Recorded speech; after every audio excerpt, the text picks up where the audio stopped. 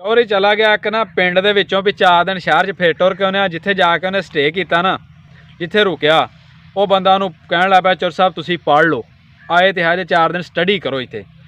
ਉਹਨੇ ਆਖਿਆ ਵੀ ਇਹ ਸਟੱਡੀ ਕਰਨ ਦਾ ਕੀ ਫਾਇਦਾ। ਉਹਨੇ ਆਖਿਆ ਚੌਰ ਸਾਹਿਬ ਇਹਦੇ ਨਾਲ ਮੰਤਕ ਸਮਝ ਆ ਜਾਂਦੀ ਹੈ, ਬੰਦੇ ਦੇ ਲਾ ਸ਼ਊਰ ਦੇ ਵਿੱਚ ਸ਼ਊਰ ਆ ਜਾਂਦਾ ਹੈ, ਬੰਦੇ ਦੇ ਇਲਮ 'ਚ ਇਜ਼ਾਫਾ ਹੋ ਜਾਂਦਾ ਹੈ, ਬੰਦੇ ਨੂੰ ਅੱਛੇ ਬੁਰੇ ਦੀ ਤਮੀਜ਼ ਆ ਜਾਂਦੀ ਹੈ। ਬੰਦੇ ਦੇ ਸਾਹਮਣੇ ਅਗਰ ਕੋਈ ਬੰਦਾ ਪੇਸ਼ ਹੁੰਦਾ ਤਾਂ ਬੰਦਾ ਉਹਨੂੰ ਸਮਝ ਸਕਦਾ ਵੀ ਇਹ ਬੰਦਾ ਕਿਹੜੇ ਜ਼ੇਨ ਦਾ ਵੇ। ਚੌਧਰੀ ਆਂਦਾ ਵੀ ਗੱਲ ਇਹ ਵੀ ਮੈਨੂੰ ਸਿੱਧੀ ਤਰ੍ਹਾਂ ਦੱਸ ਤੂੰ ਮੈਨੂੰ ਕਹਿਣਾ ਕੀ ਚਾਹੁੰਦਾ ਵਾ। ਉਹਨੇ ਆਖਿਆ ਚੌਰ ਸਾਹਿਬ ਤੁਹਾਡੇ ਘਰ ਕੁੱਤਾ ਹੈ। ਉਹਨੇ ਆਖਿਆ ਵੀ ਕੁੱਤਾ ਹੈ ਵੇ। ਉਹਨੇ ਕਿਹਾ ਇਹਦਾ ਮਤਲਬ ਹੈ ਤੁਸੀਂ ਮਾਲ ਡੰਗਰ ਮੱਝਾਂ ਗਾਈਆਂ ਭੇਡਾਂ ਬੱਕਰੀਆਂ ਰੱਖੀਆਂ ਨੇ। ਚੌਧਰੀ ਆਂਦਾ ਰੱਖੀਆਂ ਨੇ।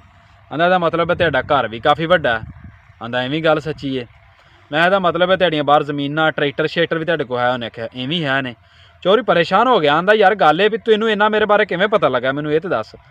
ਮੈਂ ਚੌਧਰੀ ਸਾਹਿਬ ਗੱਲ ਇਹ ਪੜ੍ਹਾਈ ਇਹੀ ਹੁੰਦੀ ਏ, ਮੰਤਕ ਇਹੀ ਹੁੰਦੀ ਏ ਕਿ ਮੈਂ ਤੁਹਾਨੂੰ ਸਿਰਫ ਇੱਕ ਪੁੱਛਿਆ ਤੁਹਾਡੇ ਕੋਲ ਕੁੱਤਾ ਹੈ, ਬਾਕੀ ਮੈਂ ਹਰ ਚੀਜ਼ ਸਮਝ ਗਿਆ ਖੁਦ ਹੀ।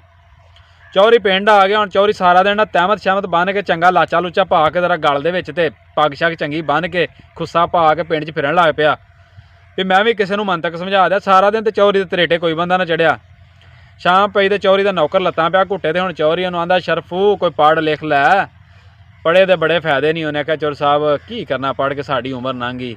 ਉਹ ਆਂਦਾ ਤੈਨੂੰ ਮੰਤਕ ਸਮਝ ਜਾਏਗਾ, ਤੇਰੇ ਲਾ ਸ਼ਊਰ 'ਚ ਸ਼ਊਰ ਆ ਜਾਏਗਾ, ਤੈਨੂੰ ਇਲਮ ਆ ਜਾਏਗਾ, ਚੰਗੇ ਮਾਰੇ ਦੀ ਤਮੀਜ਼ ਕਰਨ ਲੱਗ ਪੈਂਦਾ ਤੂੰ। ਉਹਨੇ ਚੌਰ ਸਾਹਿਬ ਗੱਲ ਹੈ ਵੀ ਮੈਨੂੰ ਸਿੱਧੀ ਤਰ੍ਹਾਂ ਦੱਸੋ ਤੁਸੀਂ ਕਹਿਣਾ ਕੀ ਚਾਹੁੰਦੇ ਜੀ। ਚੌਧਰੀ ਆਂਦਾ ਵੀ ਹੁਣ ਮੈਨੂੰ ਇਹ ਦੱਸ ਵੀ ਤੁਹਾਡੇ ਘਰ ਕੁੱਤਾ ਹੈ ਵੇ। ਉਹ ਆਂਦਾ ਨਹੀਂ ਚੌਰ ਸਾਹਿਬ ਕੁੱਤਾ ਤੇ ਕੋਈ ਨਹੀਂ। ਉਹਨੇ ਕਿਹਾ ਸੁਬਾਹ ਤੋਂ ਤੂੰ ਕੰਮ ਤੇ ਨਹੀਂ ਆਉਣਾ।